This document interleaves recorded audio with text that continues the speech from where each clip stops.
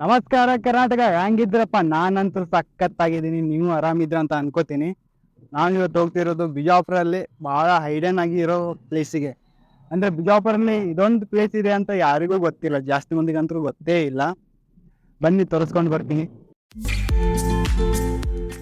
ಈ ಪ್ಲೇಸ್ಮೆಂಟಿಗೆ ಎಂಟ್ರಿ ಆದೇವ್ ಗುರು. ಈ ಪ್ಲೇಸ್ಮೆಂಟ್ ನೀವು ಏನಾದರೂ ನೋಡ್ಬೇಕಂದ್ರೆ ಇಲ್ಲಿ ಖಂಡಿತ ಬರಲೇಬೇಕಾಗುತ್ತೆ.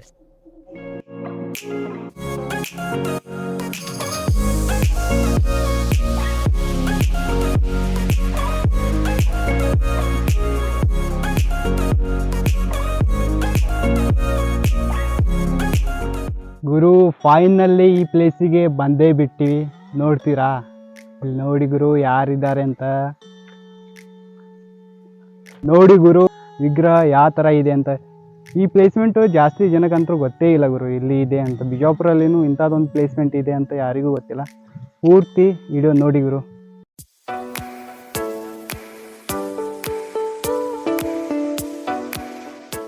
ಮುಂದ್ಗಡೆ ಎಲ್ಲ ಗಾರ್ಡನ್ ಇದೆ ನೋಡುವ. ಅಂದರೆ ಭಾಳನೇ ದೂರ ಇದೆ ಹೊರಗಡೆ. ಆದ ಕಾರಣದಿಂದ ಇದು ಯಾರಿಗೂ ಗೊತ್ತೇ ಇಲ್ಲ.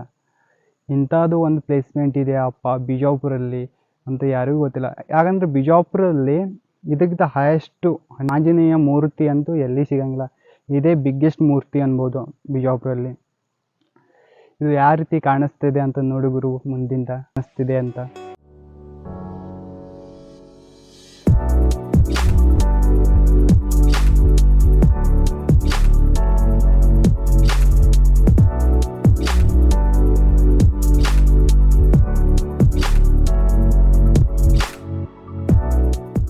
ನಾವು ಯೂಶಲಿ ಆಗಿ ಆಂಜನೇಯ ಎದೆಯಲ್ಲಿ ಶ್ರೀರಾಮ ಮತ್ತು ಸೀತೆಯನ್ನು ನೋಡ್ತೀವಿ.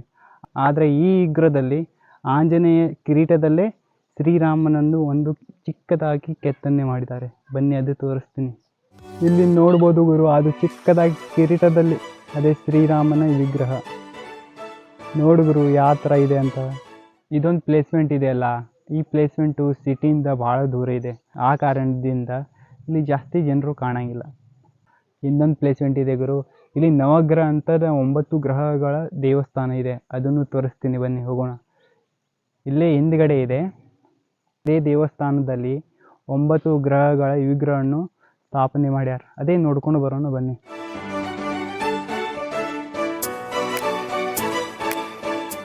ಗಾರ್ಡನ್ ಅಂತೂ ತುಂಬಾನೇ ಚೆನ್ನಾಗಿ ಮೇಂಟೈನ್ ಮಾಡ್ಯಾರ. ತುಂಬಾನೇ ಪ್ರಶಾಂತ ಇದೀವಿ.